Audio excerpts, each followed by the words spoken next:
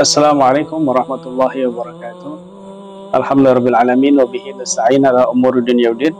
Wassalatu wassalamu ala asrafil anbiya'i wal mursalin sayyidina Maulana Muhammadin wa ala alihi wa sahbihi ajma'in. Amma ba'd.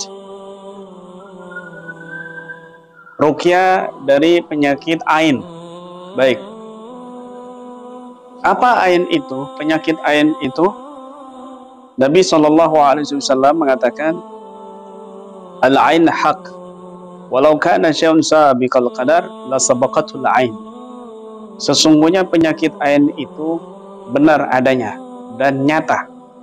Kalau seandainya ada satu perkara yang bisa mendahului takdir Allah, maka ainlah, penyakit ainlah yang bisa mendahului takdir Allah Subhanahu wa taala. Tapi semuanya tidak ada yang bisa mendahului takdir Allah.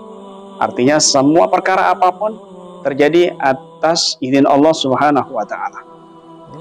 Lalu apa penyakit ain itu? Al-Hafidz Ibnu Hajar Al-Asqalani di dalam kitabnya Fathul Bari Syarah Sahih Imam Bukhari, beliau mengatakan penyakit ain itu nadharun bistihsanin masyubin bihasadin min khabisi tab'i yahsul lil maddur fihi dararun. Penyakit ain adalah pandangan kekaguman seseorang yang disertai dengki dalam hatinya, bercampur tabiat yang buruk yang berdampak negatif terhadap orang yang dipandangnya. Itulah penyakit ain.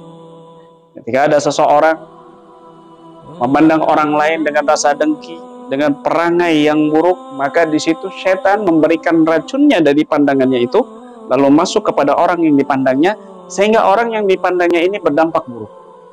Misalnya dia hasut terhadap orang yang memiliki harta, kemudian setan ikut andil di situ melalui pandangan itu, terjadilah penyakit ain, sehingga orang yang punya harta ini tiba-tiba hartanya habis seketika, entah itu melalui kebakaran atau perampokan dan lain sebagainya, atau memandang orang lain itu dengan kagum, dengki, tiba-tiba nggak lama orang itu sakit.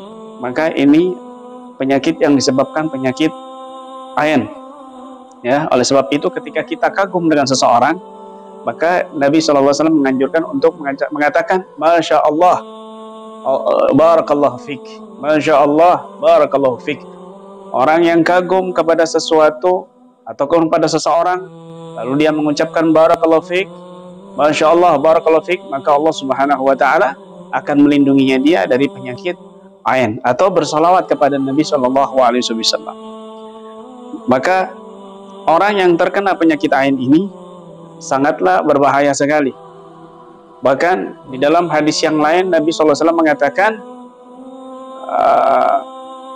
aktsaru may yamutu ba'di ba'da qada'illahi wa qadarihi bil ain.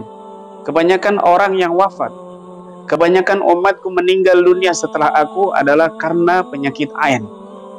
Artinya persentase penyakit yang menyebabkan kematian umat Nabi Muhammad SAW kebanyakan adalah karena penyakit ain. Ya, berarti sihir ataupun yang lainnya medis itu masih rendah dibandingkan penyakit ain. Ya, karena penyakit ain ini bisa muncul dari orang biasa ataupun orang yang soleh. Maka di sini Nabi SAW memberikan pelajaran kepada kita, mengajarkan kepada kita, kepada umatnya, terutama umatnya yang saat itu di zaman Nabi kena penyakit ain, untuk memperbanyak at-ta'awud, berlindung kepada Allah Subhanahu wa ta'ala, dan juga membaca surat-surat pendek daripada Al-Quran, diantaranya Al-Mu'awwidhatain, Fatihatul Kitab, wa Ayatul Kursi, yaitu membaca Qul a'udzu birabbil falaq, membaca Qul a'udzu birabbin nas, membaca surat Fatihah, dan membaca ayat kursi. Di antara pengobatan cara Nabi SAW. Bahkan ada juga cara Nabi dengan memandikan bekas air orang yang ada penyakit ainnya, orang yang menjadi sumber penyakit ainnya. Dalam hadis Nabi mengatakan al-ain haq walau kana syai'un sabiqal qadar la sabaqatul ainu wa idza stughsila fa ahadukum falyastaksil. Semuanya penyakit ain itu benar-benar ada, Seandainya ada sesuatu yang bisa mendahului takdir Allah, maka penyakit ainlah yang bisa mendahulunya. Dan ketika kalian diminta untuk mandi, maka mandilah untuk dijadikan obat terhadap orang yang terkena penyakit ain. Ini pernah terjadi di zaman Nabi, di zaman sahabat.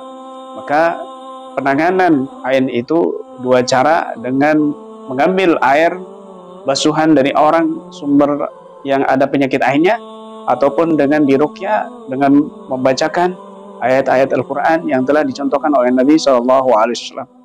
Mudah-mudahan ini bermanfaat. Assalamualaikum warahmatullahi wabarakatuh.